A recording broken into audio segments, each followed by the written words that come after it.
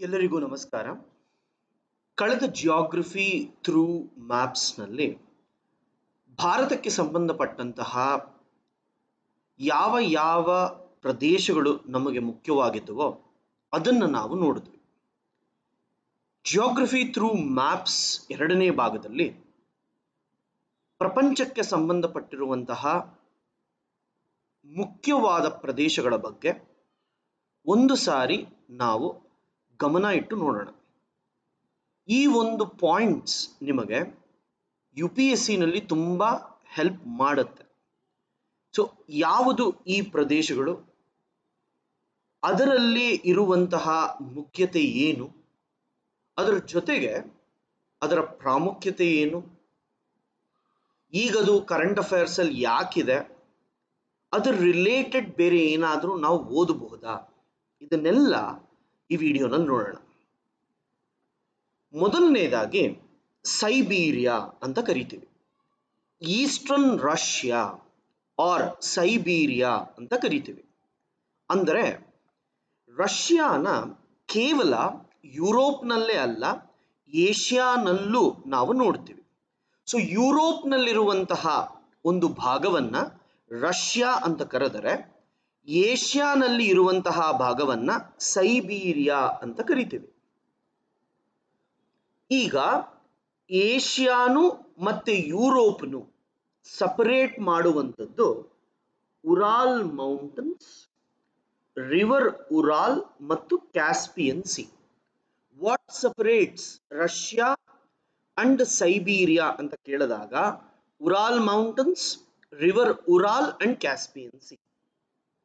ಇದು ತುಂಬಾ ಮುಖ್ಯವಾದದ್ದು. ಎರಡನೇದು, ಈ ಒಂದು ಪ್ರಾಂತದಲ್ಲಿ ಆಯಿಲ್ ಅಂಡ್ ನ್ಯಾಚುರಲ್ ಗ್ಯಾಸ್ ತುಂಬಾ ಜಾಸ್ತಿ ಸಿಗುತ್ತೆ. ಎಲ್ಲೆಲ್ಲಿ? ಈ ಕಾಮ್ಚೆಟ್ಕಾ ಪೆನಿನ್ಸುಲಾ ಅನ್ನೋದು ತುಂಬಾ ಮುಖ್ಯ. ಪ್ರಿಲಿಮ್ಸ್ ಅಲ್ಲಿ ಕಾಮ್ಚೆಟ್ಕಾ ಪೆನಿನ್ಸುಲಾ ಯಾವ ದೇಶದಲ್ಲಿದೆ ಅಂತ ಕೂಡ ಕೇಳಬಹುದು. ಸಖಾಲಿನ್ ಐಲ್ಯಾಂಡ್ಸ್ ಅಂತ ಹೇಳ್ತೀವಿ. ಇಲ್ಲಿ ನಮ್ಮ ONGC ವಿದೇಶ್ ಲಿಮಿಟೆಡ್. ಸೊ ONGC ಅವರು ಬೇರೆ ದೇಶಗಳಲ್ಲಿ ಆಯಿಲ್ ಅಂಡ್ ನ್ಯಾಚುರಲ್ ಗ್ಯಾಸ್ನ ಎಕ್ಸ್ಟ್ರಾಕ್ಟ್ ಮಾಡೋ ಒಂದು ಕಂಪನಿನ OVL ಅಂದ್ರೆ ONGC ವಿದೇಶ್ ಲಿಮಿಟೆಡ್ ಅಂತ ಹೇಳಿ ವರ್ಕ್ ಮಾಡ್ತಾರೆ. ಸೊ ಅದರಲ್ಲಿ ಸಖಾಲಿನ್ ಅನ್ನುವಂತಹ ಒಂದು ಐಲ್ಯಾಂಡ್ಸ್ ಅಲ್ಲಿ ಅವರು ಹೋಗಿ ಇನ್ವೆಸ್ಟ್ಮೆಂಟ್ಸ್ ಮಾಡಿ ಅಲ್ಲಿ ಆಯಿಲ್ನ ತಗೊಂಡು ಭಾರತಕ್ಕೆ ತಗೊಂಡು ಬರ್ತಿದ್ದಾರೆ. ಸೊ ಇಂಡಿಯಾ ಇನ್ವೆಸ್ಟ್ಮೆಂಟ್ಸ್ ಎಲ್ಲಿದೆ? ಸಖಾಲಿನ್ ಅನ್ನೋ ಜಾಗದಲ್ಲಿದೆ. ಸೈಬೀರಿಯಾ, ರಷ್ಯಾನ ಈಸ್ಟರ್ನ್ ಮೋಸ್ಟ್ ಸೈಡ್ ನಾವು ವ್ಲಾಡಿವೋಸ್ಟಾಕ್ ಅಂತ ಕರಿತೀವಿ. ಸೊ ಈ ವ್ಲಾಡಿವೋಸ್ಟಾಕ್ ಅನ್ನೋದು ತುಂಬಾನೇ ಮುಖ್ಯವಾಗಿರುವಂತಹ ಒಂದು ಹೆಸರು. ರೀಸೆಂಟ್ ಆಗಿ ಚೈನಾ ಈ ವ್ಲಾಡಿವೋಸ್ಟಾಕ್ ಅವರಿಗೆ ಸೇರಿರುವಂತದ್ದು ಅಂತ ಕೂಡ ಕ್ಲೈಮ್ ಮಾಡಿದ್ರು. ಈ ಕೋವಿಡ್ ಟೈಮಲ್ಲೇ ವ್ಲಾಡಿವೋಸ್ಟಾಕ್ ಅವ್ರಿಗೆ ಸೇರಿರುವಂತದ್ದು ಅಂತ ಕೂಡ ಕ್ಲೈಮ್ ಮಾಡಿದ್ರು. ಆದ್ದರಿಂದ ಇದು ನಮಗೆ ತುಂಬಾ ಮುಖ್ಯವಾಗಿರುವಂತಹ ಒಂದು ಹೆಸರು. ನೋಡಿ, ಒಂದು ಯಾವುದು ಸಪರೇಟ್ ಮಾಡುತ್ತೆ ಅಂತ ನೋಡಿ. ಕಾಮ್ಚೆಟ್ಕಾ ಪೆನಿನ್ಸುಲಾ, ಸಖಾಲಿನ್, ವ್ಲಾಡಿವೋಸ್ಟಾಕ್ ತುಂಬಾ ಮುಖ್ಯ. ಇಲ್ಲಿ ನಿಮಗೆ ಲೇಕ್ ಬೈಕಲ್ ಅಂತ ಕಾಣಿಸ್ತಿದ್ಯಾ? ಸೊ ಪ್ರಪಂಚದಲ್ಲೇ ಡೀಪೆಸ್ಟ್ ಲೇಕ್ ಯಾವುದು ಅಂತ ಅಂದ್ರೆ ಲೇಕ್ ಬೈಕಲ್ ಅಂತ ಕರಿತೀವಿ. ಇತ್ತೀಚೆಗೆ ಈ ಲೇಕ್ ಬೈಕಲ್ ಅನ್ನೋದು ಅದರಲ್ಲಿರುವಂತಹ ನೀರಿನ ಅಂಶ ಕಡಿಮೆ ಆಗ್ತಾ ಹೋಗ್ತಿದೆ. ಸೊ ಇಟ್ ಈಸ್ ಡಿಗ್ರೇಡಿಂಗ್ ಅಂತ ಕೂಡ ಕರೀತಾರೆ. ಡಿಕ್ರೀಸಿಂಗ್ ಆರ್ ಡಿಗ್ರೇಡಿಂಗ್ ಅಂತ ಕೂಡ ಹೇಳ್ತಾರೆ. ಸೊ ಇದರ ಜೊತೆಗೆ ಈಗ ಪ್ರೈಮ್ ಮಿನಿಸ್ಟರ್ ಮೋದಿಯವರು ಸೈಬೀರಿಯಾಗೆ ಹೋಗಿದ್ರು. ಜಪಾನ್, ಸೌತ್ ಕೊರಿಯಾ, ಪ್ರಪಂಚದ ಅತಿ ಮುಖ್ಯ ದೇಶಗಳೆಲ್ಲ ಸೈಬೀರಿಯಾನಲ್ಲಿ ಇನ್ವೆಸ್ಟ್ಮೆಂಟ್ಸ್ ಮಾಡಬೇಕು ಅಂತ ಇದೆ. ಭಾರತ ರಷ್ಯಾಗೆ $1 ಬಿಲಿಯನ್ ಲೋನ್ ರೂಪದಲ್ಲಿ ಈ ಒಂದು ಪ್ರಾಂತದ ಬೆಳವಣಿಗೆಗೆ ಕೊಡ್ತಿದೆ. ಈ ಒಂದು ಪ್ರಾಂತ ಬೆಳವಣಿಗೆ ಆದರೆ ಭಾರತಕ್ಕೂ ಕೂಡ ಲಾಭಗಳು ಹೆಚ್ಚು. ಮಿನರಲ್ಸ್ ಇಂದ ಹಿಡಿದು ಇಂಡಸ್ಟ್ರೀಸ್ ಇಂದ ಹಿಡಿದು ಪ್ರತಿಯೊಂದು ಡೆವಲಪ್ಮೆಂಟು ಆಗತ್ತೆ ಅಂತ ಹೇಳಿ ನಾವು ಕೂಡ ಇಲ್ಲಿ ಇನ್ವೆಸ್ಟ್ಮೆಂಟ್ಸ್ನ ಮಾಡ್ತಿದ್ದೀವಿ. ಇದರ ಜೊತೆಗೆ ಚೈನಾ ಏನು ಮಾಡ್ತಿದೆ, ಇಲ್ಲಿರುವಂತಹ ಆಯಿಲ್ ಅಂಡ್ ನ್ಯಾಚುರಲ್ ಗ್ಯಾಸ್ ಅನ್ನ ಒಂದು ಈಗ ಮಂಗೋಲಿಯಾಗೆ ಈಸ್ಟ್ ಸೈಡ್ ಇಂದ ತರಿಸ್ಕೊಂತಿದೆ. ಇನ್ನೊಂದು ವೆಸ್ಟರ್ನ್ ಸೈಡ್ ಇಂದ ಕೂಡ ಕೆಲವೊಂದು ಆಯಿಲ್ ಅಂಡ್ ನ್ಯಾಚುರಲ್ ಗ್ಯಾಸ್ ಅನ್ನ ತರಿಸ್ಕೊಂತಿದೆ. ಅದನ್ನ ಪವರ್ ಆಫ್ ಸೈಬೀರಿಯಾ ಅಂತ ಕರೀತಾರೆ. ಸೊ ಪವರ್ ಆಫ್ ಸೈಬೀರಿಯಾ ಅನ್ನೋದು ಪೈಪ್ಲೈನ್ಸ್. ಈ ಪೈಪ್ಲೈನ್ಸ್ ಅನ್ನ ಚೈನಾವರೆಗೂ ಸೈಬೀರಿಯಾದಿಂದ ತಗೊಂಡು ಬಂದು ಚೈನಾನಲ್ಲಿರುವಂತಹ ಇಂಡಸ್ಟ್ರೀಸ್ ಎಲ್ಲೆಲ್ಲಿದೆಯೋ ಅಲ್ಲಿಗೆಲ್ಲ ಆಯಿಲ್ ಅಂಡ್ ನ್ಯಾಚುರಲ್ ಗ್ಯಾಸ್ ಅನ್ನ ಸಪ್ಲೈ ಮಾಡ್ತಿದ್ದಾರೆ. ಇವತ್ತು ಪ್ರಪಂಚದಲ್ಲಿ ಚೈನಾ, ಭಾರತ, US ಮತ್ತು Europe oil and natural gas ಅನ್ನ ಜಾಸ್ತಿ ಇಂಪೋರ್ಟ್ ಮಾಡಿಕೊಳ್ಳುವಂತಹ ದೇಶಗಳು. ರಷ್ಯಾ ಅವರು ಯುರೋಪ್ಗೆ ಮುಂಚೆ ತುಂಬಾ ಆಯಿಲ್ ಅಂಡ್ ನ್ಯಾಚುರಲ್ ಗ್ಯಾಸ್ ಅನ್ನ ಸಪ್ಲೈ ಮಾಡ್ತಿದ್ರು.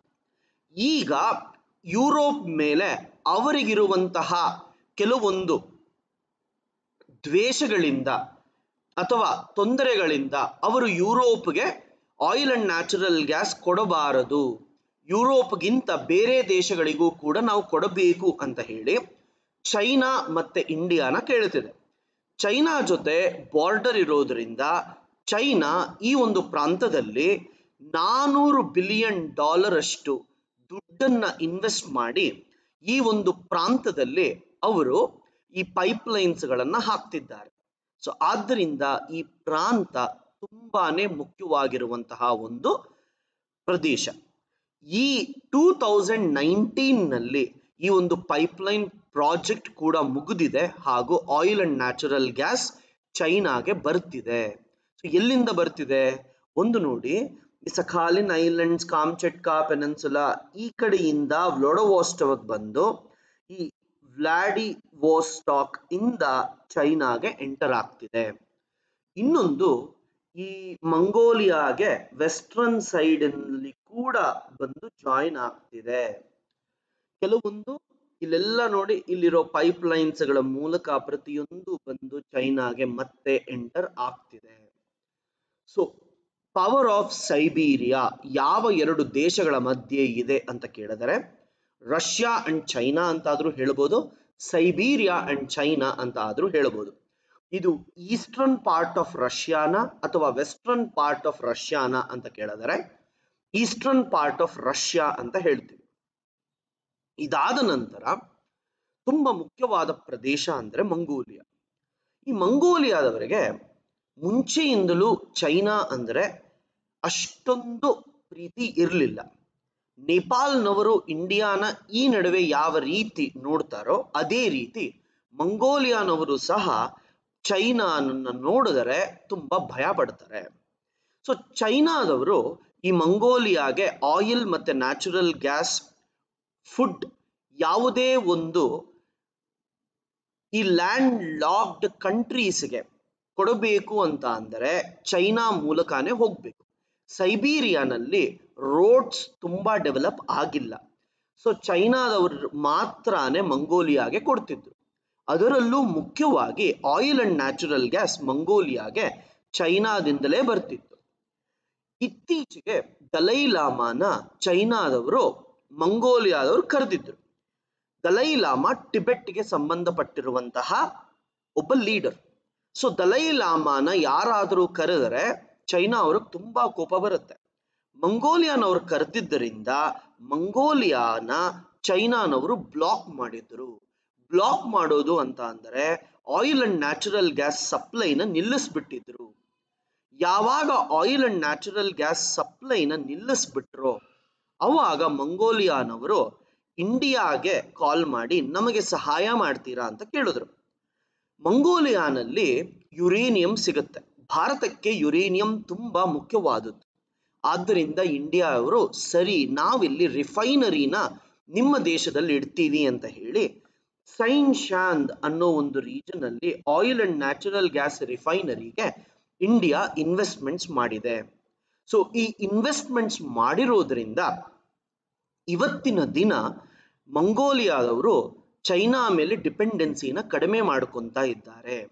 ನೇಪಾಲ್ನವರು ಇಂಡಿಯಾ ಮೇಲೆ ಯಾವ ರೀತಿ ಡಿಪೆಂಡೆನ್ಸಿನ ಕಡಿಮೆ ಮಾಡ್ಕೊಂತಿದ್ದಾರೋ ಮಂಗೋಲಿಯಾದವರು ಕೂಡ ಡಿಪೆಂಡೆನ್ಸಿ ಕಡಿಮೆ ಮಾಡ್ಕೊಂತಿದ್ದಾರೆ.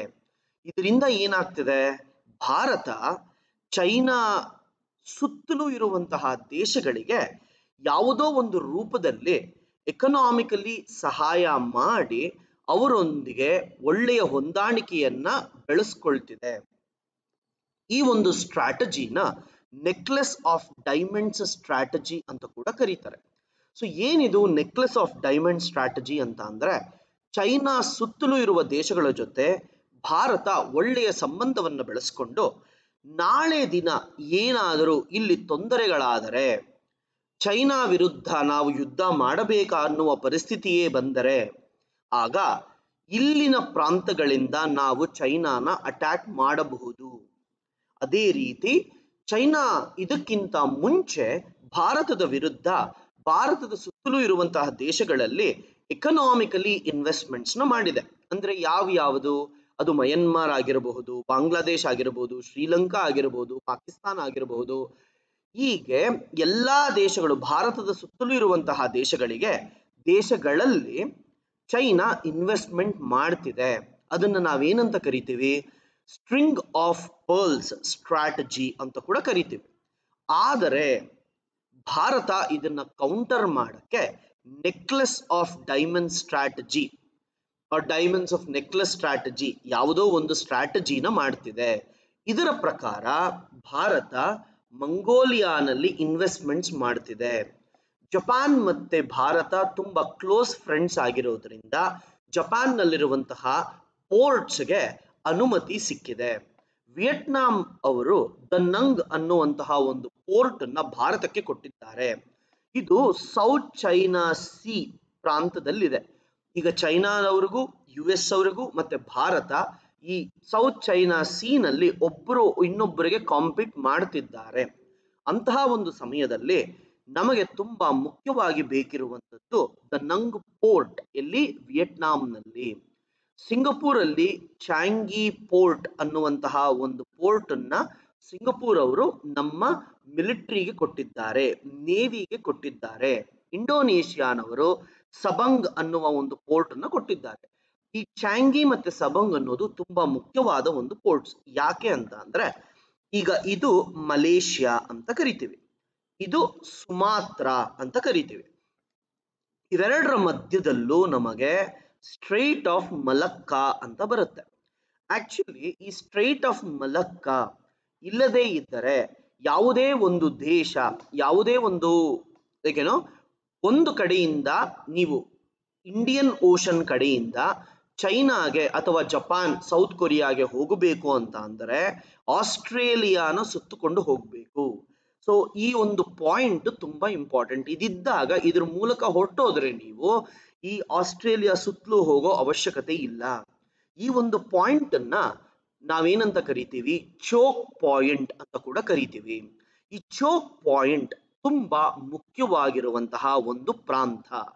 ಸೊ ಇದನ್ನ ಯಾರು ಕಂಟ್ರೋಲ್ ಮಾಡ್ತಾರೋ ಅವರು ಈ ಸೌತ್ ಚೈನಾ ಸಿ ಜಾಗ ಆಗಿರಬಹುದು ಅಥವಾ ಚೈನಾ, ಜಪಾನ್, ಸೌತ್ ಕೊರಿಯಾ ಅಂತಹ ದೇಶಗಳಿಗೆ ಸಪ್ಲೈ ಮಾಡುವಂತಹ ಒಂದು ರೀಜನ್ ಅನ್ನ ಕಂಟ್ರೋಲ್ ಮಾಡದ ಹಾಗೆ ಆಗುತ್ತೆ.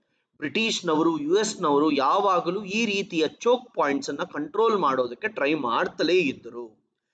ಈಗ ಭಾರತ ಇಲ್ಲಿ ನೋಡಿ, ಎಂಟರ್ ಆಗುವಾಗ ಸಬಾಂಗ್ ಪೋರ್ಟ್ ಅಲ್ಲಿ, ಎಕ್ಸಿಟ್ ಆಗುವಾಗ ಚಾಂಗಿ ಪೋರ್ಟ್ ಅನ್ನ ಕಂಟ್ರೋಲ್ ಮಾಡ್ತಿದೆ. ಸೊ ಹೀಗೆ ಕಂಟ್ರೋಲ್ ಮಾಡಿದಾಗ ಅದು ಏನು, ಇನ್ವೆಸ್ಟ್ಮೆಂಟ್ಸು ಎಕನಾಮಿಕಲಿ ಅಲ್ಲ, ನಮ್ಮ ನೇವಿ ಇಲ್ಲಿ ಇದ್ದು ಇದನ್ನ ಕಂಟ್ರೋಲ್ ಮಾಡ್ತಿದೆ. ಆದ್ದರಿಂದ ಇದು ನಮಗೆ ತುಂಬಾನೇ ಮುಖ್ಯವಾಗಿರುವಂತಹ ಒಂದು ಪ್ರಾಂತ. ಅದೇ ರೀತಿ ಚಾಬರ್ ಪೋರ್ಟ್ ಇರಾನ್ ನಲ್ಲಿ ಕೊಟ್ಟಿದ್ದಾರೆ, ಡಕಮ್ ಪೋರ್ಟ್ ಒಮನ್ ನಲ್ಲಿದೆ. ಆದರೆ ಈ ಚಾಬರ್ ಪೋರ್ಟ್ ಈಗ ಚೈನಾನವರು ಕೂಡ ಯೂಸ್ ಮಾಡಬೇಕು ಅಂತ ಇದ್ದಾರೆ. ಸಿಚೆಲಸ್ ಅಲ್ಲಿ ಅಥವಾ ಸೀಶೆಲ್ಸ್ ಅಲ್ಲಿ ಅಸಂಪ್ಷನ್ ಐಲ್ಯಾಂಡ್ ಅನ್ನ ಅವರು ನಮಗೆ ಕೊಟ್ಟಿದ್ದಾರೆ. ಇಲ್ಲಿ ನಮ್ಮ ನೇವಿನ ನಾವು ಇಡಬಹುದು. ಇಟ್ಟಾಗ ಏನಾಗತ್ತೆ, ಯಾವುದೇ ಒಂದು ಬೋಟ್ಸ್ಗಳಾಗ್ಲಿ ಶಿಪ್ಸ್ಗಳಾಗ್ಲಿ ಇಲ್ಲಿ ಮೂವ್ ಆಗ್ತಿದ್ರೆ ಅದನ್ನ ನಾವು ಗಮನ ಇಟ್ಟು ಅದರ ವಿರುದ್ಧ ಯಾವುದೇ ಒಂದು ಸಮಯದಲ್ಲಿ ನಾವು ಓಡಾಡಬೇಕಂದ್ರೂ ಆಗತ್ತೆ. ಸೊ ಆದ್ದರಿಂದ ಇಲ್ಲೇನ್ ಮಾಡಿದ್ದಾರೆ, ಇಂಡಿಯಾ ಅವರು ಸುತ್ತಲೂ, ಚೈನಾ ಸುತ್ತಲೂ ಒಂದು ಸ್ಟ್ರಾಟಜಿನ ಬಿಲ್ಡ್ ಮಾಡ್ತಾ ಇದ್ದಾರೆ. ನೆಕ್ಸ್ಟ್ ನೋಡಿ, ಈಗ ಅದು ಕೋವಿಡ್ ಕ್ರೈಸಿಸ್ ಆಗಿರಬಹುದು ಅಥವಾ ಯುಗಿರ್ ಮುಸ್ಲಿಮ್ಸ್ ಇಂದ ನಡೆದಿರುವಂತದ್ದಾಗಿರಬಹುದು, ಯಾವುದೇ ಒಂದು ಪ್ರಾಬ್ಲಮ್ ಅಲ್ಲೇ ನಾವು ಚೈನಾನ ತುಂಬಾ ಡೀಟೇಲ್ ಆಗಿ ನೋಡ್ತಿದ್ದೇವೆ. ಆದ್ದರಿಂದ ಈ ಜಿನ್ಜಿಯಾಂಗ್ ಅನ್ನೋ ಒಂದು ಪ್ರಾಂತದಲ್ಲಿ ಯುಗಿರ್ ಮುಸ್ಲಿಮ್ಸ್ ಅಂತ ಇದ್ದಾರೆ. ಸೊ ಈ ಯುಗಿರ್ ಮುಸ್ಲಿಮ್ಸ್ಗೆ ಪ್ರಾಪರ್ ಆಗಿ ಊಟ ತಿಂಡಿ ಕೂಡ ಕೊಡ್ತಿಲ್ಲ. ಸುಮಾರು ಜನ ಮುಸ್ಲಿಮ್ಸ್ ಅನ್ನ ಕಿಡ್ನಾಪ್ ಮಾಡೋದು, ಅರೆಸ್ಟ್ ಮಾಡೋದು ಮತ್ತು ಅವರನ್ನ ಸಾಯಿಸೋದು, ಅವರ ಒಂದು ಅಂಗಾಂಗಗಳನ್ನ ಮಾರೋದು, ಈ ರೀತಿಯಾದಂತಹ ಸುಮಾರು ಕೃತ್ಯಗಳು ಇಲ್ಲಿ ನಡೀತಿದೆ ಅಂತ ಹೇಳಿ ಯುರೋಪ್, ಎಸ್ಪೆಷಲಿ ಜರ್ಮನಿ ಆಗಿರಬಹುದು, US ಮತ್ತು ಸುಮಾರು ದೇಶಗಳು ಚೈನಾ ವಿರುದ್ಧ ಕಿಡಿಕಾರ್ತಿದೆ. ಸೊ ಅದರ ಜೊತೆಗೆ ಈಗ ವುಹಾನ್ ವೈರಸ್, ಕೊರೋನಾ ವೈರಸ್ ಬಂದಿದ್ದು ಈ ಹ್ಯುಬೈ ಅನ್ನುವಂತಹ ಒಂದು ರೀಜನ್ ಇಂದ. ಸೊ ಹೇಲ್ ಲಾಂಗ್ ಜಿಯಾಂಗ್ ಅನ್ನುವುದರಲ್ಲಿ power of Siberia, inner Mongolia border with Mongolia, ಈ ಒಂದು ಪ್ರಾಂತಗಳು ನಮಗೆ ತುಂಬಾ ಮುಖ್ಯವಾಗಿದೆ. ಭಾರತದ ಹತ್ತಿರ ಇರುವಂತಹ ಚೈನೀಸ್ ಪ್ರಾಂತ್ಯ ಟಿಬೆಟ್, ಯುನ್ನಾನ್ ಅನ್ನೋದು ಮಯನ್ಮಾರಿನ ಮೇಲೆ ಇರುವಂತಹ ಒಂದು ಪ್ರಾಂತ. ಸೊ ಚೈನಾನಲ್ಲಿ ಈ ಮಿನಿಮಮ್ ಪ್ರಾಂತಗಳ ಹೆಸರುಗಳು ತಿಳ್ಕೊಂಡಿರಿ. ಇದರ ಜೊತೆಗೆ ನೆಕ್ಸ್ಟ್ ನಾರ್ತ್ ಕೊರಿಯಾ ನ್ಯೂಸ್ ಅಲ್ಲಿ ತುಂಬಾ ಜಾಸ್ತಿ ಇದೆ. ನಾರ್ತ್ ಕೊರಿಯಾ ನ್ಯೂಕ್ಲಿಯರ್ ವೆಪನ್ಸ್ ಅನ್ನ ಡಿಸ್ಮ್ಯಾಂಟಲ್ ಮಾಡ್ತಿದೆ. ಟ್ರಂಪ್ ಅಡ್ಮಿನಿಸ್ಟ್ರೇಷನ್ ಮಾಡಿರುವಂತಹ ಪ್ರೆಷರ್ ಇಂದ ನಾರ್ತ್ ಕೊರಿಯಾ ಈಗ ಆ ನ್ಯೂಕ್ಲಿಯರ್ ವೆಪನ್ಸ್ ಅನ್ನೆಲ್ಲ ಸಪರೇಟ್ ಮಾಡಿದೆ. ನಾರ್ತ್ ಕೊರಿಯಾಗೆ ಚೈನಾ ಜೊತೆ, ರಷ್ಯಾ ಜೊತೆ ಮತ್ತು ಸೌತ್ ಕೊರಿಯಾ ಜೊತೆ ಬಾರ್ಡರ್ ಇದೆ. ಸೌತ್ ಕೊರಿಯಾ ಮತ್ತೆ ನಾರ್ತ್ ಕೊರಿಯಾನ ಈಗ ಸದ್ಯಕ್ಕೆ ಸಪರೇಟ್ ಮಾಡುವಂತಹ ಬಾರ್ಡರ್ನ ಹೆಸರು DMZ ಅಂತ ಕರಿತೀವಿ, ಅಂದರೆ ಡಿಮಿಲಿಟರೈಸ್ಡ್ ಝೋನ್ ಅಂತ ಹೇಳಿ. ಸೊ ಇದನ್ನ ಮುಂಚೆ 38th ಪ್ಯಾರಲಲ್ ಅಂತ ಕೂಡ ಕರೆಯೋರು. ಅದರ ಜೊತೆಗೆ ನಾವಿಲ್ಲಿ LOC ಮತ್ತೆ C of Japan, Korea straight ಅನ್ನುವಂತಹ ಸಮುದ್ರಗಳು ಇಲ್ಲಿ ಇದೆ. ಸೊ ಜಪಾನ್ನು ಮತ್ತೆ ಕೊರಿಯಾನ ಸಪರೇಟ್ ಮಾಡುವಂಥದ್ದು ಕೊರಿಯಾ ಸ್ಟ್ರೈಟ್, ತುಂಬಾ ಮುಖ್ಯವಾಗಿರುವಂತಹ ಒಂದು ಹೆಸರುಗಳು. ಇದರ ನಂತರ ಜಪಾನ್ಗೂ ಮತ್ತೆ ಭಾರತಕ್ಕೂ ತುಂಬಾ ಒಳ್ಳೆ ಸಂಬಂಧಗಳು ಈ ನಡುವೆ ನಾವು ನೋಡ್ತಿದ್ದೀವಿ. ಜಪಾನ್ನ ಬಗ್ಗೆ UPSC ಯಾವಾಗ ಕೇಳಿದ್ರು ಜಪಾನ್ನಲ್ಲಿರುವಂತಹ 4 ಪ್ರಮುಖ ಐಲ್ಯಾಂಡ್ಸ್ ಬಗ್ಗೆ ಕೇಳ್ತಾರೆ. ಅದು ಯಾವುದು? ಹೊಕಾಯ್ಡು, ಹಾನ್ಶು, ಶಿಕೋಕು ಮತ್ತೆ ಕ್ಯೂಶು. ಸೊ ಈ 4 ಹೆಸರುಗಳನ್ನ ಕೊಟ್ಟು ನಾರ್ತ್ ಟು ಸೌತ್ ಅರೇಂಜ್ ಮಾಡಿ ಅಂತ ಕೂಡ ಕೇಳ್ತಾರೆ. ಸೊ ಯಾವ್ಯಾವುದು? ಹೊಕಾಯ್ಡು, ಹಾನ್ಶು, ಶಿಕೋಕು ಮತ್ತೆ ಕ್ಯೂಶು. ಹೊಕಾಯ್ಡುನಲ್ಲಿ ಸಪೋರೋ ಅನ್ನುವಂತಹ ಊರು ತುಂಬಾ ಪ್ರಾಮುಖ್ಯವಾದದ್ದು. ಹಾನ್ಶುನಲ್ಲಿ ಟೋಕಿಯೋ ಆಗಿರಬಹುದು, ಸೆಂಡೈ ಅಂತ ಡಿಸಾಸ್ಟರ್ ಮ್ಯಾನೇಜ್ಮೆಂಟ್ ಅಲ್ಲಿ ಒಂದು ಫ್ರೇಮ್ ವರ್ಕ್ ಬರುತ್ತೆ, ಯೋಕೋಹಾಮಾ ಅನ್ನುವಂತಹ ಜಾಗ ಆಗಿರಬಹುದು, ನಗೋಯಾ ಪ್ರೋಟೋಕಾಲ್ ಇದೆ, ಕ್ಯೋಟೋ ಪ್ರೋಟೋಕಾಲ್ ಇದೆ, ಒಸಾಕಾ ಟ್ರ್ಯಾಕ್ ಇದೆ, ಕೋಬ್ ಸಿಸ್ಟರ್ ಸಿಟೀಸ್ ಇದೆ ಮತ್ತು ಹಿರೋಶಿಮಾ ಕೂಡ ಇಲ್ಲೇ ಇದೆ.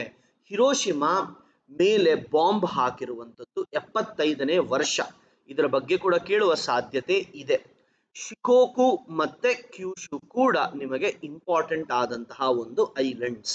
ಜಪಾನ್ನ 4 ಐಲ್ಯಾಂಡ್ಸ್ ಅನ್ನ ನಾರ್ತ್ ಟು ಸೌತ್ ಅಂತ ಅಂದಾಗ ಹೊಕಾಯ್ಡು, ಹಾನ್ಶು, ಶಿಕೋಕು ಮತ್ತೆ ಕ್ಯೂಶು. ಇದಾದ ಮೇಲೆ ಜಪಾನ್ಗೂ ಮತ್ತೆ ರಷ್ಯಾಗೂ ಮಧ್ಯದಲ್ಲಿ ಕೆಲವೊಂದು ಐಲ್ಯಾಂಡ್ಸ್ ಇದೆ, ಅದನ್ನ ಕ್ಯುರಲ್ ಐಲ್ಯಾಂಡ್ಸ್ ಅಂತ ಕರಿತೀವಿ. ಈ ಐಲ್ಯಾಂಡ್ಸ್ ಜಪಾನ್ಗೆ ಸೇರಿರೋದು ಅಂತ ಜಪಾನ್ ಹೇಳುತ್ತೆ, ರಷ್ಯಾಗೆ ಅಂತ ರಷ್ಯಾ ಹೇಳುತ್ತೆ. ಈ ರೀಸೆಂಟ್ ಆಗಿ ಜಪಾನ್ ಮತ್ತೆ ರಷ್ಯಾ ಇದರ ಬಗ್ಗೆ ಚರ್ಚೆ ಕೂಡ ಮಾಡ್ತಿದ್ದಾರೆ. ಸೊ ಕ್ಯುರಲ್ ಐಲ್ಯಾಂಡ್ಸ್ಗೆ ಒಂದು ಕಡೆ ನಿಮಗೆ ಸಿ ಆಫ್ ಅಕಾಸ್ಟಕ್ ಅನ್ನೋದು ಕೂಡ ಇದೆ. ನೆಕ್ಸ್ಟ್ ತೈವಾನ್ ಈ ನಡುವೆ US ಜೊತೆ ಸೇರಿಕೊಂಡು ಚೈನಾ ವಿರುದ್ಧ ಹೋರಾಡ್ತಾ ಇದೆ. ಆದ್ದರಿಂದ ತೈವಾನ್ ಬಗ್ಗೆ ನೋಡುವುದು ತುಂಬಾ ಮುಖ್ಯ. ತೈವಾನ್ ಮತ್ತೆ ಚೈನಾನ ಸಪರೇಟ್ ಮಾಡೋದು ತೈವಾನ್ ಸ್ಟ್ರೈಟ್. ಸೊ ತೈವಾನ್ ಚೈನಾನಲ್ಲಿರುವಂತಹ ಪ್ರಮುಖವಾದ ಒಂದು ಪ್ರಾವಿನ್ಸ್ ಫ್ಯುಜಿಯಾನ್ ಅಂತ ಹೇಳಿ. ತೈವಾನ್ಗೆ ಮೇಲೆ ಅಂದರೆ ನಾರ್ತ್ ಅಲ್ಲಿ ಈಸ್ಟ್ ಚೈನಾ ಸಿ ಇರುತ್ತೆ, ಸೌತ್ ಅಲ್ಲಿ ಸೌತ್ ಚೈನಾ ಸಿ ಇರುತ್ತೆ, ವೆಸ್ಟ್ ಅಲ್ಲಿ ತೈವಾನ್ ಸ್ಟ್ರೈಟ್ ಇರುತ್ತೆ, ಈಸ್ಟ್ ಅಲ್ಲಿ ಫಿಲಿಪಿನ್ ಸಿ ಇರುತ್ತೆ. ಸೊ ತೈವಾನ್ಗೆ ಈಸ್ಟ್ ಅಲ್ಲಿ ಈಸ್ಟ್ ಚೈನಾ ಸಿ ಇದೆ ಅಂತ ಅಂದ್ರೆ ನಾವು ಒಪ್ಕೊಂಡ್ಬಿಡ್ತೀವಿ, ಬಿಕಾಸ್ ನಮಗೆ ಅಷ್ಟೊಂದು ಐಡಿಯಾ ಇರೋದಿಲ್ಲ. ಸೊ ಈ ಒಂದು 4 ಪ್ರದೇಶಗಳನ್ನ ಸ್ವಲ್ಪ ಡೀಟೇಲ್ ಆಗಿ ನೋಡ್ಕೊಳ್ಳಿ. ಇದಾದ ಮೇಲೆ ಹಾಂಗ್ಕಾಂಗ್ ಬಗ್ಗೆ ಕೂಡ ತುಂಬಾ ಚರ್ಚೆಗಳಿದೆ. ನನಗೆ ಗೊತ್ತಿರೋ ಹಾಗೆ ಹಾಂಗ್ಕಾಂಗ್ ಬಗ್ಗೆ ಕೇಳೋದು ತುಂಬಾ ಕಡಿಮೆ. ಜಿಯೋಗ್ರಫಿನಲ್ಲಿ ಏನಾದರೂ ಕೇಳಿದರೆ ಯಾವ ಒಂದು ನದಿ ಚೈನಾನು ಮತ್ತೆ ಹಾಂಗ್ಕಾಂಗ್ ಅನ್ನು ಸಪರೇಟ್ ಮಾಡುತ್ತೆ ಅಂತ ಅಂದ್ರೆ ಶ್ಯಾಮ್ಚುನ್ ರಿವರ್ ಅಂತ ಹೇಳಿ. ಅದಾದ ನಂತರ ಈ ಸೌತ್ ಚೈನಾ ಸಿ, ಚೈನಾ ಏನ್ ಹೇಳ್ತಿದೆ, 9 ಲೈನ್ ಅನ್ನೋ ಒಂದು ಪದಾನ ಬಳಸಿ ಈ ಸೌತ್ ಚೈನಾ ಸಿ ಪೂರ್ತಿ ಚೈನಾಗೆ ಸಂಬಂಧಪಟ್ಟಿರುವಂಥದ್ದು ಅಂತ ಕ್ಲೇಮ್ ಮಾಡಿಬಿಡ್ತಿದೆ.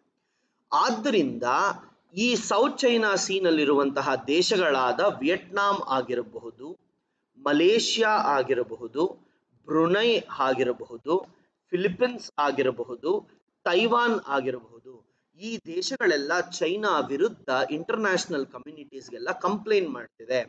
ವಿಯೆಟ್ನಾಂ ಭಾರತದ ಸಹಾಯ ಕೋರಿದ್ದರೆ ಫಿಲಿಪೀನ್ಸ್ಗೆ ಭಾರತ ಅದರ ಒಂದು ಬ್ರಾಹ್ಮೋಸ್ ಮಿಸೈಲ್ನ ಕೊಡಬೇಕು ಅಂತ ಇದೆ. ಯುಎಸ್ನವರು ತೈವಾನ್ನ ಸಹಾಯದಿಂದ ಈ ಒಂದು ಪ್ರಾಂತವನ್ನ ಕಂಟ್ರೋಲ್ ಮಾಡಬೇಕು ಅಂತ ಇದ್ದಾರೆ. ಪ್ರಪಂಚ ಯುದ್ಧ ನಡೆಯೋ ಹಾಗಿದ್ದರೆ ಈ ಪ್ರಾಂತದಲ್ಲಿ ನಡೆಯಬಹುದು ಅಂತ ಹೇಳುತ್ತಿದ್ದಾರೆ. ಸೊ ಇಲ್ಲಿ ಕೆಲವೊಂದು ಐಲ್ಯಾಂಡ್ಸ್ ಡಿಸ್ಪ್ಯೂಟೆಡ್ ಆಗಿದೆ. ಪ್ರತಿ ದೇಶನೂ ಇಲ್ಲಿ ಕೆಲವೊಂದು ಐಲ್ಯಾಂಡ್ಸ್ ತಮ್ಮದೇ ಅಂತ ಹೇಳ್ತಿದ್ದಾರೆ. ಅದು ಯಾವುದು ಅಂದ್ರೆ ಪ್ಯಾರಸೆಲ್ ಐಲ್ಯಾಂಡ್ಸ್, ಸ್ಪಾಟ್ಲೆ ಐಲ್ಯಾಂಡ್ಸ್, ಸ್ಕಾರ್ಬೋರೋ ಶೂವಲ್. ಸೊ ಇವೆಲ್ಲ ಯಾವ ಒಂದು ಸಮುದ್ರದಲ್ಲಿದೆ ಅಂತ ಕೇಳಿದರೆ ಸೌತ್ ಚೈನಾ ಸಿ ಅಂತ ಹೇಳಬೇಕು. ಹಾಂಗ್ಕಾಂಗ್ ಎಲ್ಲಿದೆ? South China C. ತೈವಾನ್ ಎಲ್ಲಿದೆ? South China C, East China C, Taiwan straight, Philippines C. So ಈ ರೀತಿ ಈ ಜಾಗಗಳನ್ನೆಲ್ಲ ನಾವು ನೆನ್ಪಿಟ್ಕೊಳ್ಳೋದು ತುಂಬಾ ಮುಖ್ಯ. ಈಗ ಚೈನಾ ಅವರು ಈ ಎಂಟೈರ್ ಸೌತ್ ಚೈನಾ ಸೀನ ಹಿಡಿತದಲ್ಲಿಟ್ಕೊಂಡಾಗ ಈಗ ನೋಡಿ, ಚೈನಾ ಇಂದ ಇಂಡಿಯನ್ ಓಷನ್ ಬರಬೇಕು ಅಂತ ಅಂದ್ರೆ ಈ ಸ್ಟ್ರೈಟ್ ಆಫ್ ಮಲಕ್ಕಾ ಮೂಲಕ ಬರ್ತಾರೆ. ಚೈನಾ ಈಗ ಥೈಲ್ಯಾಂಡ್ ಜೊತೆ ಮಾತಾಡಿ, ಇಲ್ಲಿ ಕಾಣಿಸ್ತಿದ್ಯಾ, ಈ ಭಾಗದಲ್ಲಿ ಡ್ರಿಲ್ಲಿಂಗ್ ಮಾಡಬೇಕು ಅಂತ ಇದ್ದಾರೆ. ಡ್ರಿಲ್ಲಿಂಗ್ ಅಂದ್ರೆ ಏನು? ಅಲ್ಲಿ ಪೂರ್ತಿ ಅಗದು ಬಿಟ್ರೆ ಈ ಗಲ್ಫ್ ಆಫ್ ಥೈಲ್ಯಾಂಡ್ ಮತ್ತೆ ಅಂಡಮಾನ್ ಸಿ ಇವೆರಡಕ್ಕೂ ಒಂದು ಕನೆಕ್ಟಿವಿಟಿ ಬರುತ್ತೆ. ಸೊ ಈ ಕನೆಕ್ಟಿವಿಟಿ ಬಂದಾಗ ಏನಾಗುತ್ತೆ, ಶಿಪ್ಗಳೆಲ್ಲ ಇದರ ಮೂಲಕ ಹೋಗಬಹುದು. ಸೊ ಚೈನಾದವರು ಸ್ಟ್ರೈಟ್ ಆಫ್ ಮಲಕ್ಕಾನ ಬೈಪಾಸ್ ಮಾಡಿ ಈ ಒಂದು ಪಾಸ್ ಸ್ಟ್ರೈಟ್ ಇಸ್ತಮಸ್ ಅಂತ ಹೇಳ್ತೀವಿ, ಪೆನಿನ್ಸುಲಾ ಅಂತ ಹೇಳಲ್ಲ, ಕ್ರಾ ಇಸ್ತಮಸ್ ಅಂತ ಹೇಳ್ತೀವಿ. ಸೊ ಈ ಕ್ರಾ ಇಸ್ತಮಸ್ನ ಮೂಲಕ ಈ ಸ್ಟ್ರೈಟ್ ಆಫ್ ಮಲಕ್ಕಾನ ದಾಟಿ ಹೋಗಬೇಕು ಅಂತ ಹೇಳಿ ಪ್ರಯತ್ನ ಪಡ್ತಿದ್ದಾರೆ. ಇದು ತುಂಬಾ ಮುಖ್ಯ. ಭಾರತ ಕೂಡ ಇದಕ್ಕೆ ಸಪೋರ್ಟ್ ಮಾಡ್ತಿದೆ. ಯಾಕಂದ್ರೆ ಇಲ್ಲಿ ನೋಡಿ, ಅಂಡಮಾನ್ ಸಿ ಡೈರೆಕ್ಟ್ ಆಗಿ ನಾವು ಕೂಡ ಹೀಗೆ ಹೋಗಬಹುದು. ಈ ರೀತಿ ಪೂರ್ತಿಯಾಗಿ ಸುತ್ತಕೊಂಡು ಹೋಗುವಂತಹ ಒಂದು ಶ್ರಮ ಕಡಿಮೆ ಆಗುತ್ತೆ. ಈಗ ಸೌತ್ ಚೈನಾ ಸೀಗೆ ಹೋಗಬೇಕು ಅಂತ ಅಂದರೆ ಸ್ಟ್ರೈಟ್ ಆಫ್ ಮಲಕ್ಕಾ ಒಂದಾದರೆ ಈ ಸುಂಡಾ ಸ್ಟ್ರೈಟ್ ಅನ್ನುವಂಥದ್ದು ಇನ್ನೊಂದು. ಸೊ ಭಾರತ ಸುಮಾತ್ರ, ಇದು ಯಾವುದು? ಸುಮಾತ್ರ. ಇಲ್ಲಿ ಸುಂಡಾ ಇದೆ, ಇಲ್ಲಿ ನಿಮಗೆ ಚಾಂಗಿ ಪೋರ್ಟ್ ಇದೆ. ಈ ಸ್ಟ್ರೈಟ್ ಆಫ್ ಸುಂಡಾ ಹತ್ರ ಕೂಡ ಒಂದು ಐಲ್ಯಾಂಡ್ ನ ತಗೊಂಡು ನಮ್ಮ ನೇವಿನ ಇಲ್ಲಿ ಇಡಬೇಕು ಅಂತ ಟ್ರೈ ಮಾಡ್ತಿದ್ದಾರೆ. ಸೊ ಇಂಡೋನೇಷಿಯಾ ಜೊತೆ ಈ ಭಾರತಕ್ಕಿರುವಂತಹ ಒಳ್ಳೆಯ ಸಂಬಂಧದಿಂದ ಈ ಒಂದು ಸೌತ್ ಚೈನಾ ಸೀಗೆ ಯಾರೇ ಹೋಗಬೇಕಂತ ಅಂದ್ರೂ ಇಂಡಿಯನ್ ನೇವಿನ ಪಾಸ್ ಮಾಡಿಕೊಂಡು ಹೋಗಬೇಕು ಅಂತ ಹೇಳ್ತಿದ್ದಾರೆ. ಇದರಿಂದ ಏನಾಗುತ್ತೆ, ಇಂಡಿಯನ್ ಓಷನ್ ಪೂರ್ತಿ ಭಾರತದ ಕಂಟ್ರೋಲ್ ಇರುತ್ತೆ. ಸೊ ಇದಾದ ನಂತರ ಭಾರತ ಇತ್ತೀಚೆಗೆ ಮಯನ್ಮಾರ್ ಜೊತೆ ಒಳ್ಳೆಯ ಸಂಬಂಧಗಳನ್ನು ಬೆಳೆಸಿ ಮಿಜೋರಂ ಇಂದ ಮತ್ತೆ ಮಣಿಪುರ್ ಇಂದ ಕೆಲವೊಂದು ರೋಡ್ಸ್ ಅನ್ನ ಹಾಕಿ ಇಂಡಿಯಾ ಇಂದ ಮಯನ್ಮಾರ್ಗೆ ಹೋಗ್ತಿದ್ದಾರೆ. ನೋಡಿ, ನಾರ್ತ್ ಈಸ್ಟ್ ಇಂಡಿಯಾ ಕನೆಕ್ಷನ್ ಇರುವುದು ಚಿಕನ್ ನೆಕ್ ಅಥವಾ ಸಿಲಿಗುರಿ ಕಾರಿಡಾರ್ ಇಂದ ಮಾತ್ರ. ಹೀಗೆ ಅಸ್ಸಾಂನಲ್ಲಿ ಫ್ಲಡ್ಸ್ ಇರುವಾಗ ನಾವು ಮಿಜೋರಂ, ಮಣಿಪುರ್ ಈ ಕಡೆ ಎಲ್ಲ ಹೋಗ್ಬೇಕಂದ್ರೆ ತುಂಬಾ ಕಷ್ಟ. ಆಗ ಅವರಿಗೆ ಏನೇ ಒಂದು ಪದಾರ್ಥಗಳು ಬೇಕು ಅಂದ್ರೂ ಮಯನ್ಮಾರ್ ಕಡೆಯಿಂದಾನೆ ಕೊಡ್ತೀವಿ. ಸೊ ಮಯನ್ಮಾರ್ಗೂ ಇಂಡಿಯಾಗೂ ಇರುವಂತಹ ರೋಡ್ ಕನೆಕ್ಟಿವಿಟಿ ಮೋರೆ ತಮು ರೀಜನ್ ಅಂತ ಹೇಳ್ತೀವಿ. ಮೋರೆ ಅನ್ನೋದು ಮಣಿಪುರಲ್ಲಿದ್ರೆ ತಮು ಅನ್ನೋದು ಮಯನ್ಮಾರ್ ಅಲ್ಲಿದೆ. ಅದೇ ರೀತಿ ಜೊಕಾವ್ಥರ್, ರಿಕೌಡರ್ ಅಂತ ಎರಡು ಜಾಗಗಳಿದೆ. ಜೊಕಾವ್ಥರ್ ಅನ್ನೋದು ಮಿಜೋರಂ ಅಲ್ಲಿದ್ರೆ ರಿಕಾವ್ದಾರ್ ಅನ್ನೋದು ಮಯನ್ಮಾರ್ ಅಲ್ಲಿದೆ. ಸೊ ಈ ಜೊಕಾವ್ತಾರ್ ಇಂದ ರಿಕಾದ್ವರ್ಗ್ ಹೋಗ್ತಾರೆ, ಅಲ್ಲಿಂದ ನೇಪಿಟಾವ್ ಹೋಗ್ತಾರೆ. ಮೋರೆ ತಮ್ಮು ಇಂದ ಇಲ್ಲಿಗೆ ಬಂದು ನೋಡಿ, ಈ ರೋಡ್ಗಳೆಲ್ಲ ಜಾಯಿನ್ ಆಗಿ ಮತ್ತಿಲ್ಲಿಂದ ಇಲ್ಲಿಗೆ ಬರುತ್ತೆ, ಇಲ್ಲಿಂದ ಮತ್ತೆ ಥೈಲ್ಯಾಂಡ್ಗೆ ಹೋಗ್ತಾರೆ. ಸೊ ಇದನ್ನ IMT ಅಂತ ಕರಿತೀವಿ. ಅಂದ್ರೆ ಏನು, India Myanmar Thailand trilateral highway ಅಂತ ಕೂಡ ಕರಿತೀವಿ.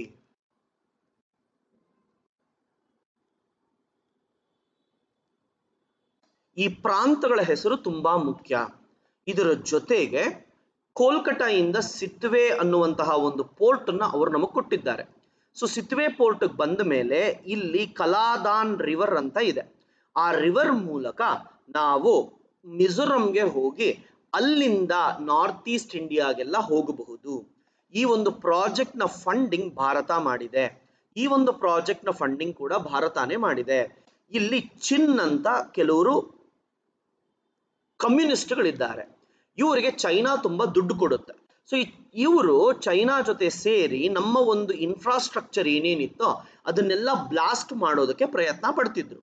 ಯಾವ ರೀತಿ ಭಾರತ ಪಾಕಿಸ್ತಾನಕ್ಕೆ ಹೋಗಿ ಏರೋಪ್ಲೇನ್ ಇಂದ ಬಾಂಬ್ ಹಾಕ್ತೋ, ಅದೇ ರೀತಿ ಮಯನ್ಮಾರ್ಗೂ ಹೋಗಿ ಈ ಚಿನ್ ಅನ್ನುವಂತಹ ಒಂದು ರೆಬಲ್ಸ್ ಮೇಲೆ, ಮಿಲಿಟೆಂಟ್ಸ್ ಮೇಲೆ ಬಾಂಬ್ ಹಾಕಿದ್ರು.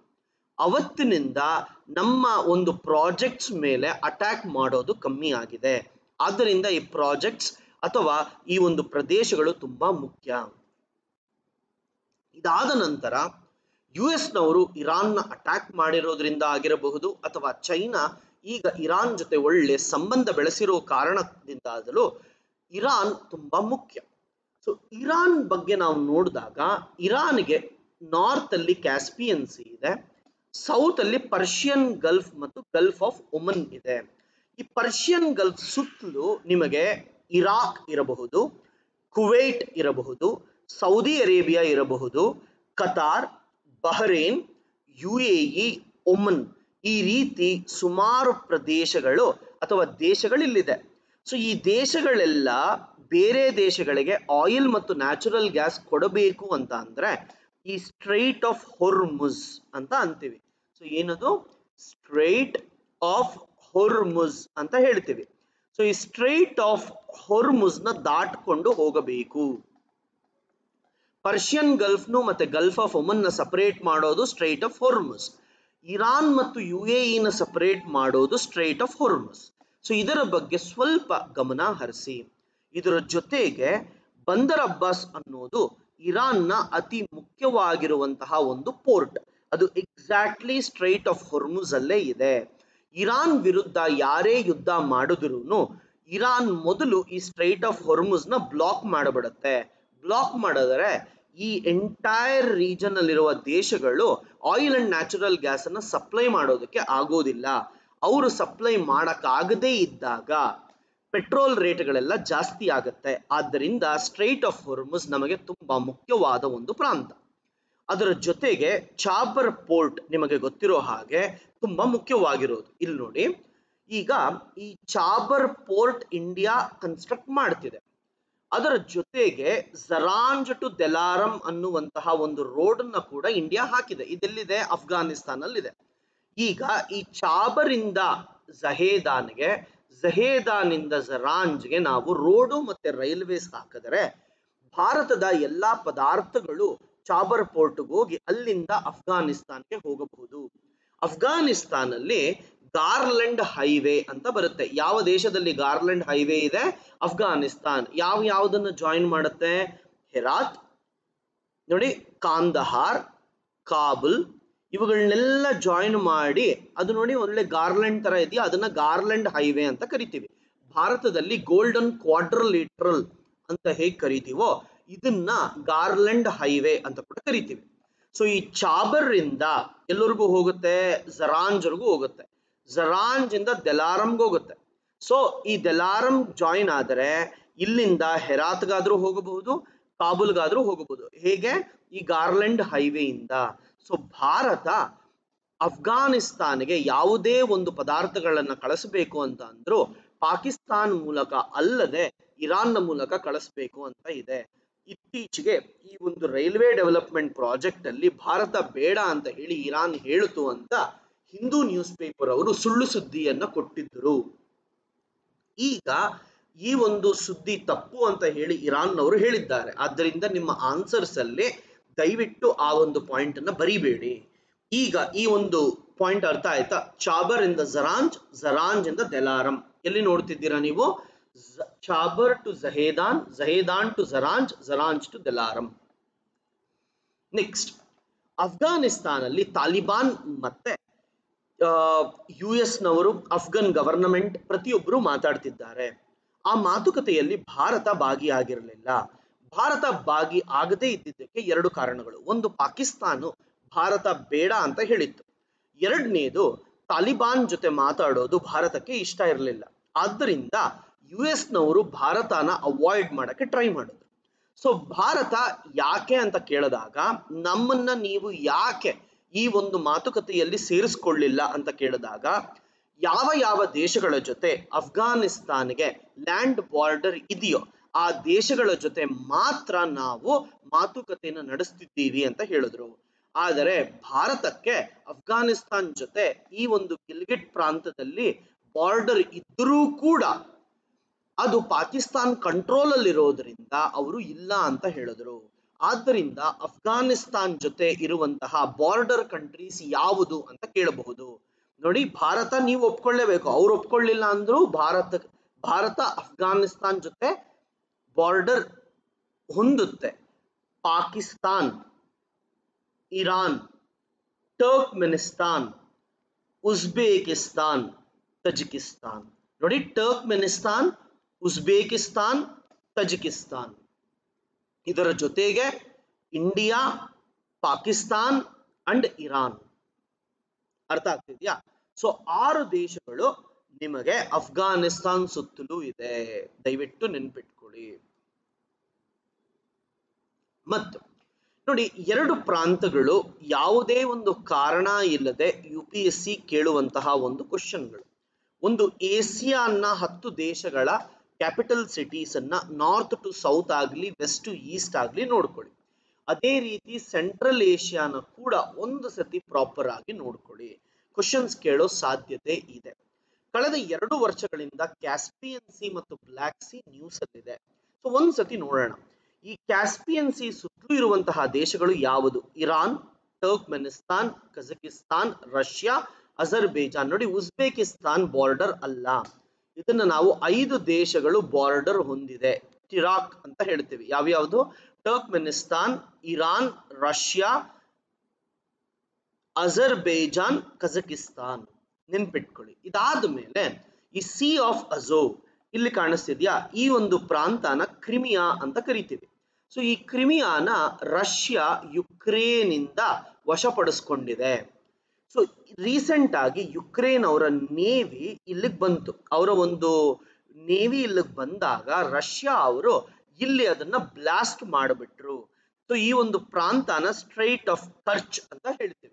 ಸೊ ಸ್ಟ್ರೈಟ್ ಆಫ್ ಕರ್ಚ್ ಕನೆಕ್ಟ್ಸ್ ವಿಚ್ 2 ಸೀಸ್ ಅಂತ ಅಂದ್ರೆ ಸಿ ಆಫ್ ಅಜೋವ್ ಮತ್ತೆ ಬ್ಲ್ಯಾಕ್ ಸಿ. ಈಗ ಬ್ಲ್ಯಾಕ್ ಸಿಗೆ ಬಂದ್ರು. ಟರ್ಕಿಗೂ ಮತ್ತೆ ರಷ್ಯಾಗೂ ಇತ್ತೀಚೆಗೆ ಸಂಬಂಧಗಳು ಚೆನ್ನಾಗಿ ಬೆಳೆದಿದೆ. ಮುಂಚೆ ಟರ್ಕಿ US ನ ತುಂಬಾ ಒಳ್ಳೆ ಫ್ರೆಂಡ್ ಆಗಿದ್ದರು, ನ್ಯಾಟೋನಲ್ಲಿ ಕೂಡ ಸೇರಬೇಕು ಅಂತ ಇತ್ತು. ಆದರೆ ಈಗ ಇತ್ತೀಚಿನ ದಿನಗಳಲ್ಲಿ ಟರ್ಕಿ ಮತ್ತೆ ರಷ್ಯಾ ಒಂದಾಗಿ US ಅನ್ನ ದೂರ ಇಟ್ಟಿದೆ. ಸೊ ಬ್ಲ್ಯಾಕ್ ಸಿಗೆ ರಷ್ಯಾ ಬಂದ ಮೇಲೆ ಈ ಬ್ಲ್ಯಾಕ್ ಸಿ ಇಂದ ಮೆಡಿಟರೇನಿಯನ್ ಸಿಗೆ ಬರಬಹುದು. ನೋಡಿ, ರಷ್ಯಾ ಕೂಡ ಲ್ಯಾಂಡ್ ಲಾಕ್ಡ್ ಇದ್ದ ಹಾಗೆ. ರಷ್ಯಾಗೆ ಯಾವುದೇ ಒಂದು ಸಮುದ್ರ ಈಸಿಯಾಗಿ ಹೋಗೋದಕ್ಕೆ ಸಾಧ್ಯವಾಗಲ್ಲ. ವಿಂಟರ್ ಸೀಸನ್ ಅಲ್ಲಿ ಆಲ್ಮೋಸ್ಟ್ ಎಲ್ಲ ಐಸ್ ಇರೋದ್ರಿಂದ ಆ ಒಂದು ನೇವೀಸ್ ಮೂವ್ ಆಗೋದು ಕಷ್ಟ ಆಗತ್ತೆ. ಬ್ಲ್ಯಾಕ್ ಸಿ ರಷ್ಯಾಗೆ ತುಂಬಾ ಮುಖ್ಯವಾಗಿರುವಂಥದ್ದು. ಸೊ ಇಲ್ಲ ಅಂದ್ರೆ ಅವರು UK ಕಡೆಯಿಂದ ಬರಬೇಕು, ತುಂಬಾ ಈಗೇನೋ ದೂರ ಆಗತ್ತೆ. ಈಗ ಅದನ್ನ ಕಂಟ್ರೋಲ್ ಮಾಡೋದಕ್ಕೆ ಟರ್ಕಿ ಜೊತೆ ಸಂಬಂಧ ಬೆಳೆಸಿದೆ. ಬ್ಲ್ಯಾಕ್ ಸಿಗ್ ಬಂದ್ರ, ಎಲ್ಲಿಂದ? ಸಿ ಆಫ್ ಅಜೋವ್ ಇಂದ ಬ್ಲ್ಯಾಕ್ ಸಿಗ್ ಬಂದ್ರ. ಬ್ಲ್ಯಾಕ್ ಸಿ ಇಂದ ಇಲ್ಲೊಂದು ಕಾಣಿಸ್ತಿದ್ಯಾ? ಇದನ್ನ ಸಿ ಆಫ್ ಮರ್ಮರಾ ಅಂತ ಕರಿತೀವಿ, ಮರ್ಮರಾ ಸಿ ಅಂತ ಕರಿತೀವಿ.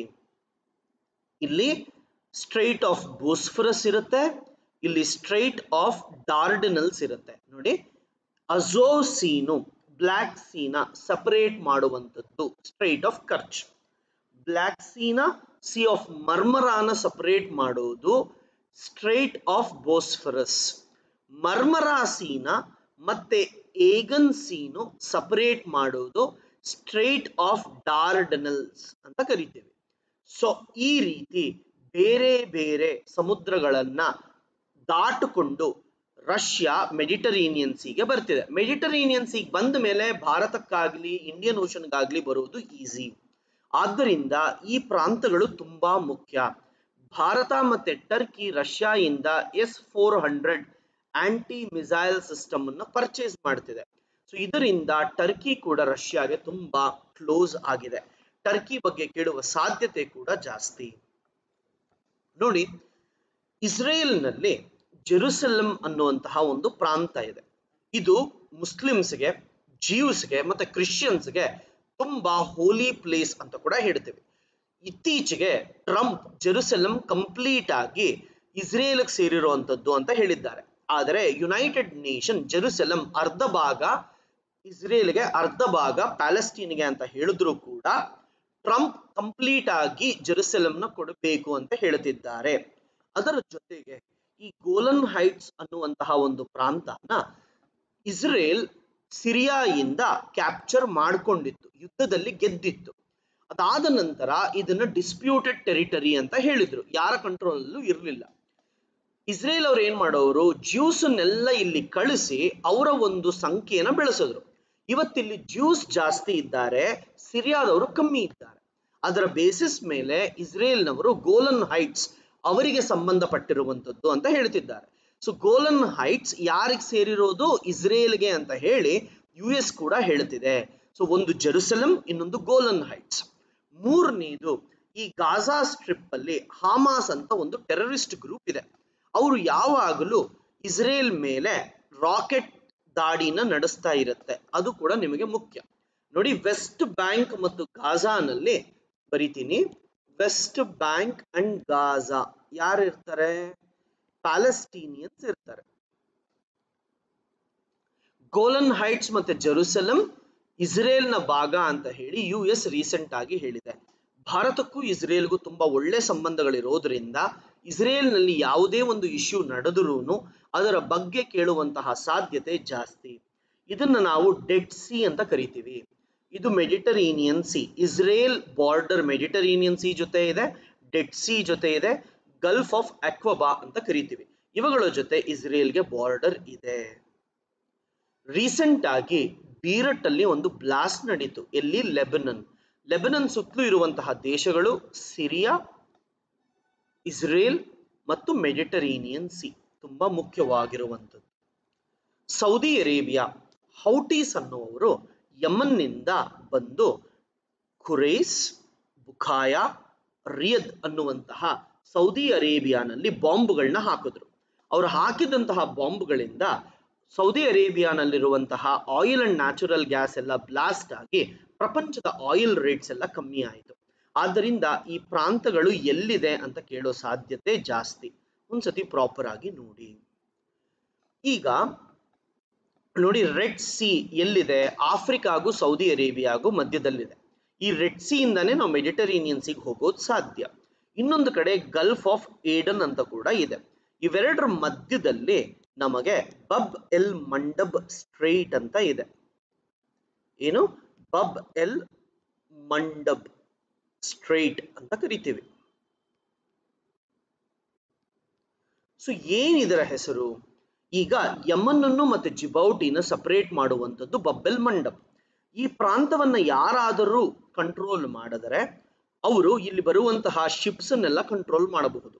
ಸ್ಟ್ರೈಟ್ ಆಫ್ ಮಲಕ್ಕಾ ಯಾವ ರೀತಿ ಇಂಪಾರ್ಟೆಂಟೋ, ಬಬ್ ಎಲ್ ಮಂಡಬ್ ಆಗಲಿ, ಸ್ಟ್ರೈಟ್ ಆಫ್ ಹೊರ್ಮುಜ್ ಆಗಲಿ, ಸ್ಯೂಸ್ ಕೆನಾಲ್ ಆಗಲಿ ತುಂಬಾ ಇಂಪಾರ್ಟೆಂಟ್. ಚೈನಾದವರು ಜಿಬೌಟಿಗೆ $100 ಬಿಲಿಯನ್ ಕೊಟ್ಟು ಈ ಒಂದು ಪೋರ್ಟ್ ನ ತಗೊಂಡಿದ್ದಾರೆ. ಈ ಪೋರ್ಟ್ ನ ತಗೊಂಡು ಈಗ ಅದನ್ನ ಡೆವಲಪ್ ಮಾಡಿ ಅಲ್ಲಿ ಅವರ ನೇವಿನ ಇಡ್ತಿದ್ದಾರೆ. ಸ್ಟ್ರಿಂಗ್ ಆಫ್ ಪರ್ಲ್ಸ್ ಅಲ್ಲಿ ಇದು ಕೂಡ ಒಂದು ಸೇರ್ಕೊಂಡಿದೆ. ಭಾರತಕ್ಕೆ ಇಲ್ಲಿ ಯಾವುದೇ ಆದಂತಹ ಪೋರ್ಟ್ಸ್ ಇಲ್ಲ. ಭಾರತ ಈ ದೇಶದ ಜೊತೆ ಮಾತುಕತೆ ನಡೆಸಿದೆ. ರೀಸೆಂಟ್ ಆಗಿ ಫ್ರೆಂಚ್ ನವರ ಜೊತೆ ಇಂಡಿಯಾ ಒಂದು ಒಪ್ಪಂದ ಮಾಡಿಕೊಂಡಿದೆ. ಅದರ ಪ್ರಕಾರ ಫ್ರಾನ್ಸ್ ಅವರಿಗೆ ಪ್ರಪಂಚದಲ್ಲಿ ಎಲ್ಲೇ ಆಗಲಿ ಅವರದ್ದು ಪೋರ್ಟ್ ಇದ್ದರೆ ಆ ಪೋರ್ಟ್ಗೆ ಇಂಡಿಯಾ ಹೋಗಬಹುದು ಅಂತ ಇದೆ. ಜಿಬೌಟಿನಲ್ಲಿ ಫ್ರೆಂಚ್ನವರಿಗೆ ಒಂದು ಪೋರ್ಟ್ ಇದೆ.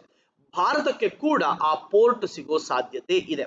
ಆದ್ದರಿಂದ ಈ ಜಿಬೌಟಿ ತುಂಬಾ ಮುಖ್ಯ. ಸೊ ಜಿಬೌಟಿ ಬಗ್ಗೆ ಕ್ವಶನ್ ಕೇಳಬೇಕು ಅಂತ ಅಂದ್ರೆ ಇಲ್ಲಿ ನೋಡಿ, ರೆಡ್ ಸೀಗೂ ಗಲ್ಫ್ ಆಫ್ ಏಡನ್ಗೂ ಮಧ್ಯದಲ್ಲಿ ಜಿಬೌಟಿ ಇದೆ, ಅಥವಾ ಯಮನ್ಗೂ ಮತ್ತೆ ಜಿಬೌಟಿಗೆ ಮಧ್ಯದಲ್ಲಿ ಬಬ್ಬೆಲ್ ಮಂಡಬ್ ಅನ್ನೋದು ಇರುತ್ತೆ. ಅದರ ಜೊತೆಗೆ ಈ ಒಂದು ದೇಶಗಳನ್ನ ಹಾರ್ನ್ ಆಫ್ ಆಫ್ರಿಕಾ ಅಂತ ಕರಿತೀವಿ. ಯಾವ್ಯಾವುದು ಹಾರ್ನ್ ಆಫ್ ಆಫ್ರಿಕಾ ಅಂತ ಅಂದ್ರೆ ಎರಿಟ್ರಿಯಾ, ಇಥಿಯೋಪಿಯಾ, ಜಿಬೌಟಿ ಮತ್ತು Somalia.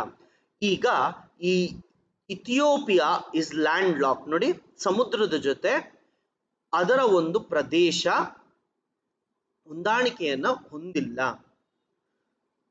It doesn't have coast line with this. ಇದು ತುಂಬಾ ಮುಖ್ಯ, ಕೇಳೋ ಸಾಧ್ಯತೆ ಇರುತ್ತೆ. Which country is landlocked ಅಂತ ಕೇಳಿದರೆ ಇಥಿಯೋಪಿಯಾ ಅಂತ ಹೇಳಬೇಕು.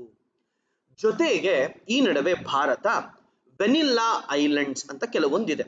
ಆ ಒಂದು ಐಲ್ಯಾಂಡ್ಸ್ ಇಂದ ನಾವು ವೆನಿಲ್ಲಾ ಒಂದು ಫ್ಲೇವರ್ನ ತಗೊಂಡು ಬರ್ತೀವಿ. ಈ ದೇಶಗಳ ಜೊತೆ ಭಾರತ ಒಳ್ಳೆ ಸಂಬಂಧ ಬೆಳೆಸೋದಕ್ಕೆ ಎಲ್ಲಾ ದೇಶಗಳ ಜೊತೆ ಸೇರಿ ಒಂದು ಎಂಬಸಿನ ಇಡಬೇಕು ಅಂತ ಇದೆ. ಎಂಬಸಿ ಇಟ್ರೆ ಅಲ್ಲಿ ನಮ್ಮ ಒಬ್ಬ IFS ಆಫೀಸರ್ ಇರ್ತಾರೆ. ಅವರು ಇವರುಗಳ ಜೊತೆ ಹೇಗೆ ಸಂಬಂಧ ಬೆಳೆಸಬೇಕು ಅಂತ ಕೂಡ ನೋಡ್ಕೊಂತಾರೆ. ಯಾವ ಯಾವ ದೇಶಗಳು ಬರುತ್ತೆ?